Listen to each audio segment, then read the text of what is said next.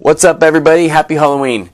I usually upload in the mornings, but since these next 3 episodes are Halloween related, I'm uploading at night to add to the ambiance.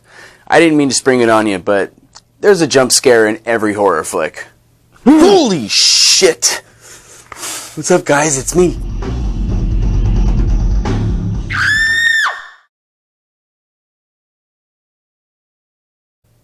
Rosemary's Baby was about a young couple that moved into an apartment building that might be a little beyond their station. Rosemary gets pregnant and starts to spiral down a path of isolation and paranoia. It was Satan's baby. Polanski was able to take us along this path, only knowing slightly more about what is really going on than Rosemary herself, with mother's love winning in the end. Paranormal Activity catches a lot of flack, but it took the concept behind Blair Witch and modernized it. By giving us the sequence of events through the eye of home video footage, we have a limited view and it intensifies even the simplest of scares. Micah taunting the unknown presence in their home as he lays out traps and tests to document is an entertaining element that is missing from the subsequent films in the franchise.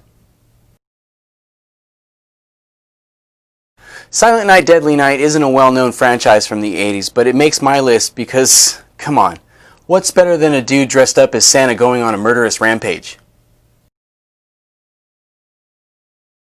Nightmare on Elm Street is that horror film that all of us 80s kids knew about even before we were allowed to watch it.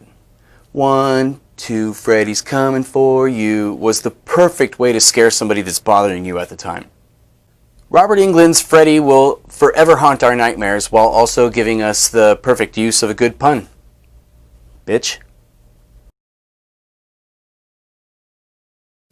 Here's Johnny! Kubrick's The Shining may not be the obvious choice for first in terms of gore or jump scares, but the nuanced way in which the Overlook Hotel slowly drove Jack Torrance to madness is sheer brilliance.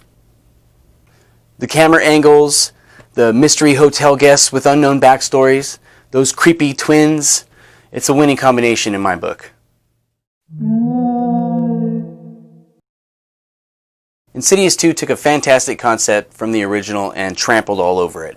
The overcomplicated backstory with the time-traveling venture into the further so they can stop the events of the current world was ridiculous, even for the horror world. House of Wax was created at a time when it was all the rage to get popular actors and actresses from TV shows and throw them in a horror film to make profit off of young adults who will watch their favorites in just about anything. This slasher flick seemed thrown together and lacking much of a plot. The only redeeming quality of this movie was that you get to see Paris Hilton javelined in the face. Lord of Illusions with Scott Bakula was so convoluted I can't even remember what it was about. I just know it sucked. There's something about a cult and real magic and sacrificing a virgin, or maybe it was just a girl, and an evil plot to murder the world with a magic trick. And granted, I was a teenager when I saw this, but it stuck in my head as being awful, and not in a good way. Halloween 3. Michael Myers wasn't even in this one. Moving on. In Jason X, a cryogenically frozen Jason Voorhees is discovered 445 years later and put on a spaceship.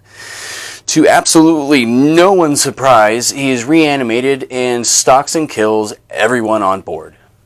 Hey, that's it for this episode, everybody. Thanks for watching.